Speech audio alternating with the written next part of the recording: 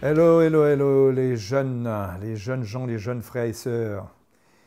Voilà, c'est une joie pour moi ce matin de procéder à ce petit enregistrement pour vous encourager dans votre jeunesse. J'ai été jeune comme vous et j'ai cherché le Seigneur très tôt.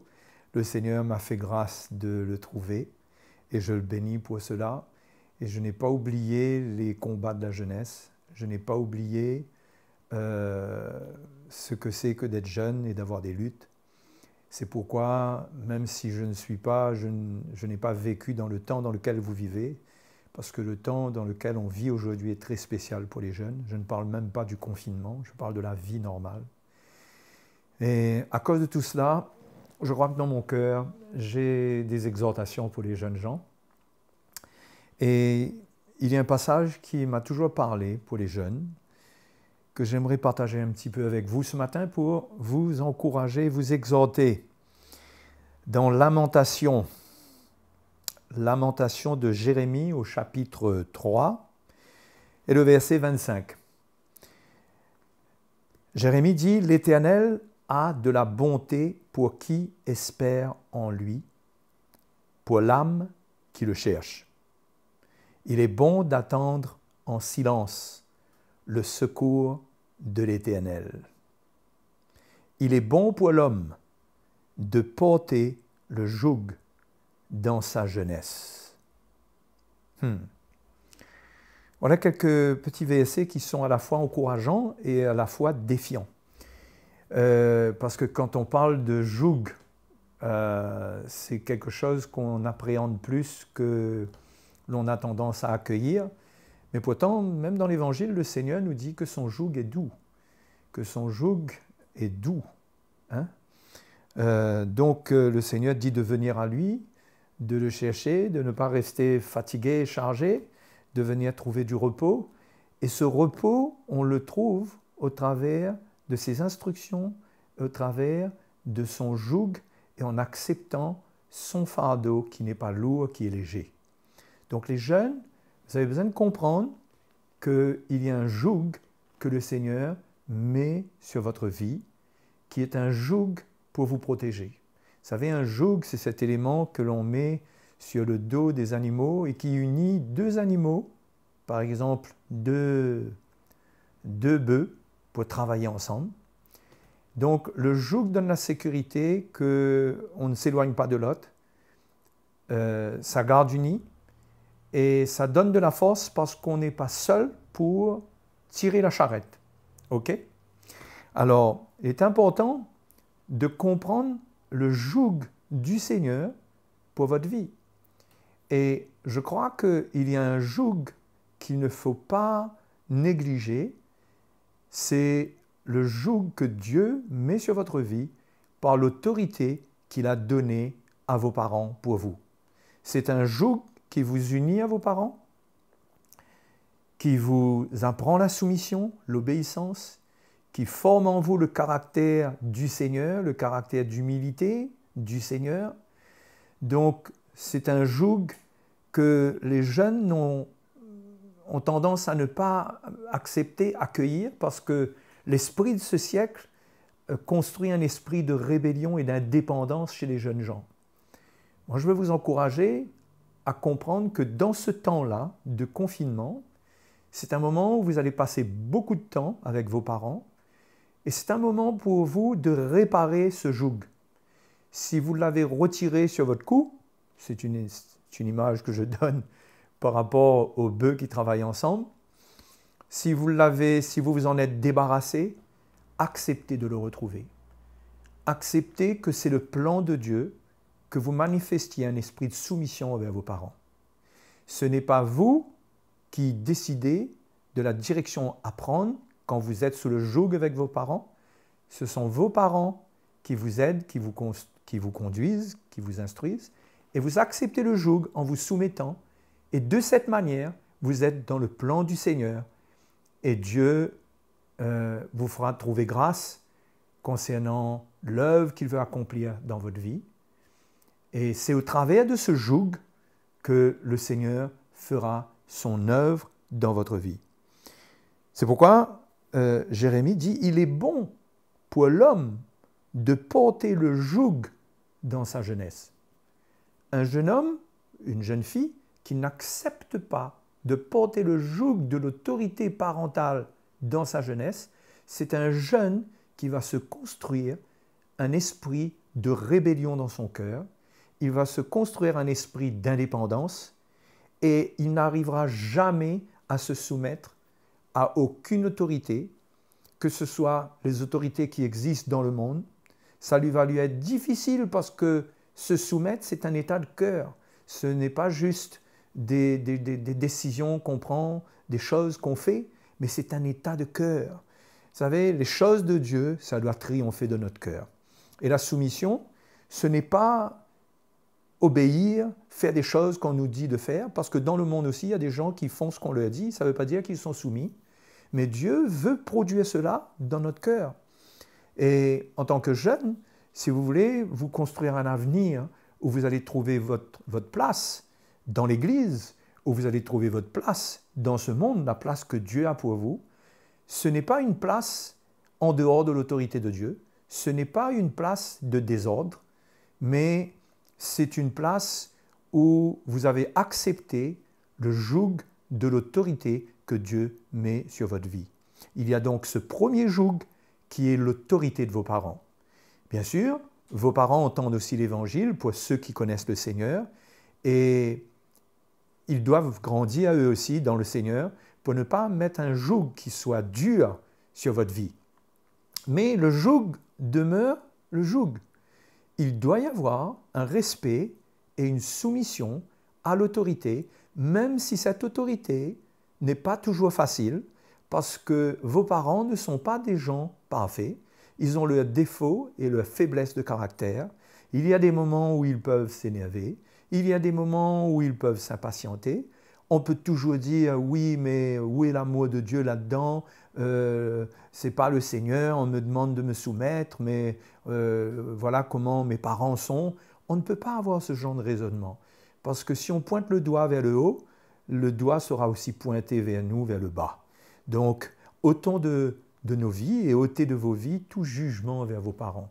Acceptez de vous soumettre, acceptez ce joug avec ses faiblesses et au travers de ce joug, il se formera en vous le caractère de Christ. Parce que Jésus lui-même a accepté ce joug venant du Père Céleste. Il s'est soumis tous les jours de sa vie à la volonté du Père Céleste. Je ne suis pas en train de dire que vos parents doivent dominer sur vous pour vous faire ce qu'eux, ils veulent à la perfection. Dans le détail de votre vie, il y a bien sûr une zone de liberté qui vous appartient, mais elle doit être sous le contrôle de ce joug.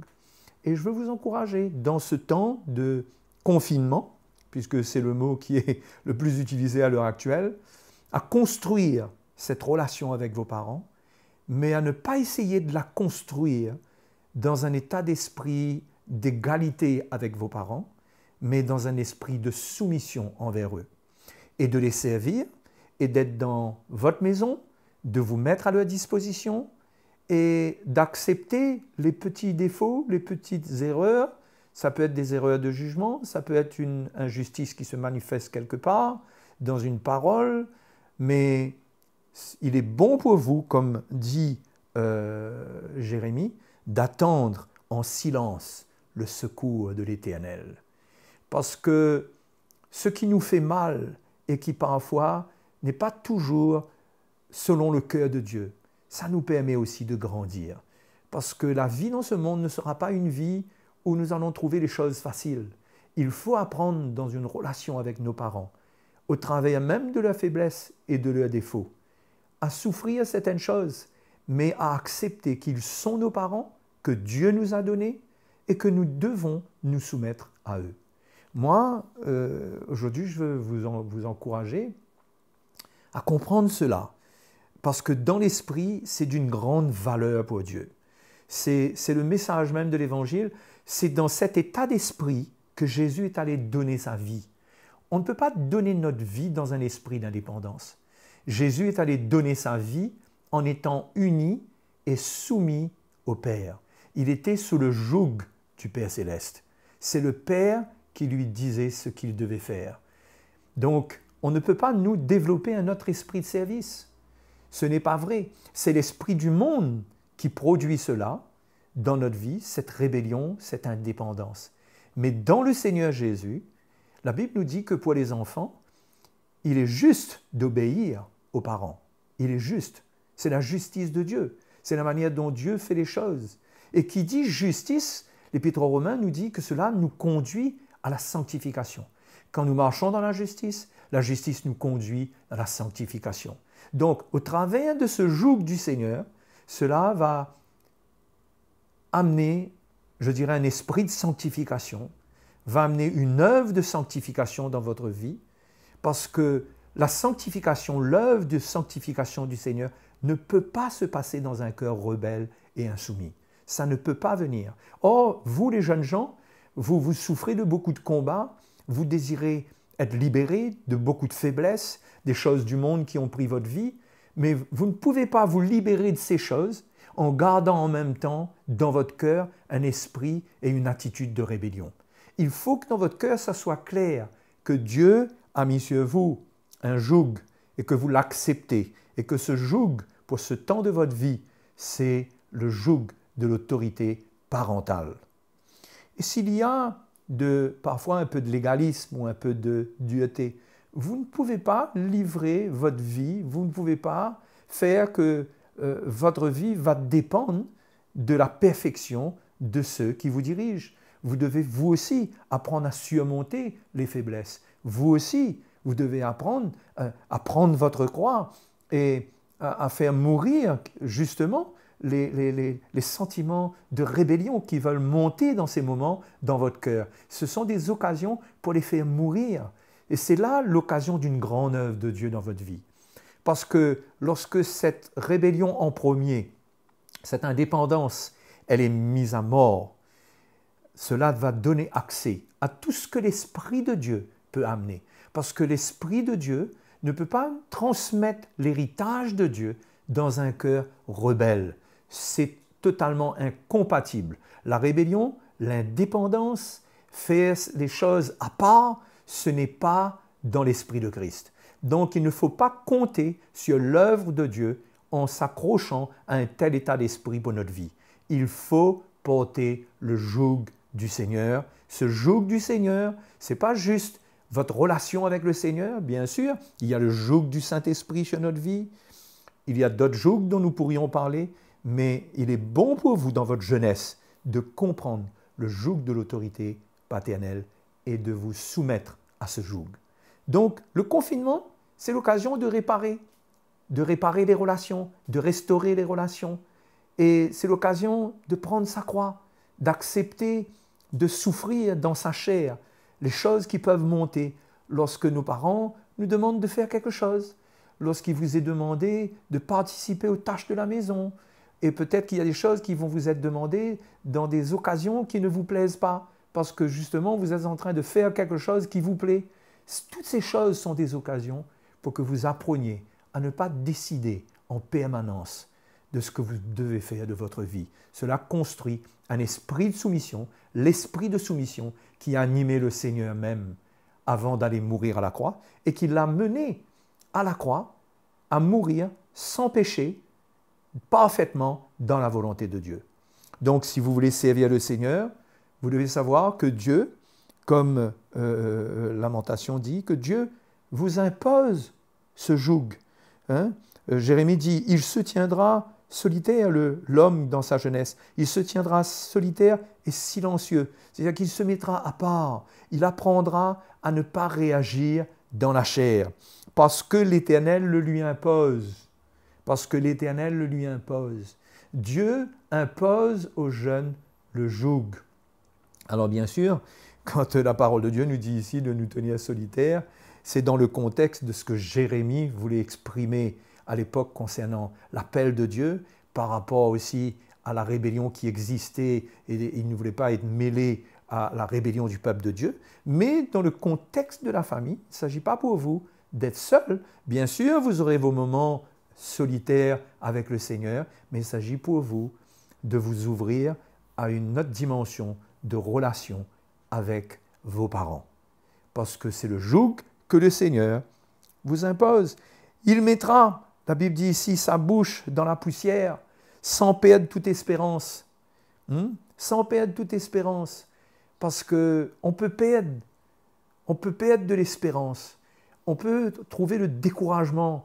On peut voir que le découragement peut venir dans notre vie parce que nous luttons avec notre chair, nous luttons avec les mêmes sentiments qui veulent se manifester, où on n'a pas envie de se soumettre. On lutte aussi avec les choses qui sont dans la chair, les impuretés du monde qui ont pris nos pensées, qui ont pris notre cœur. On peut lutter avec ces choses-là, mais si on prend le joug du Seigneur, on ne va pas perdre l'espérance, parce que le Seigneur va se révéler à nous. Et la Bible dit encore ici dans Jérémie, chapitre 3, verset 30, « Il présentera la joue à celui qui le frappe, il se rassasiera d'opprobre. » Alors bien sûr, nos parents ne sont pas là en tant que jeunes pour nous donner des gifles.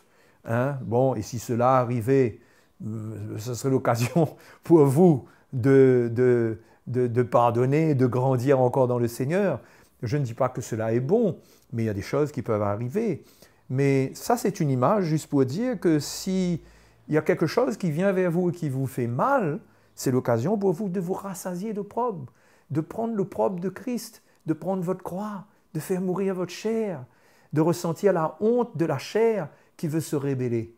Donc, les jeunes frères et sœurs, tout cela, ce confinement, ce contexte de vie familiale, se retrouver avec la famille, non seulement avec nos parents, mais ça c'est un autre sujet, mais il y a aussi les autres frères et sœurs qui sont dans la maison.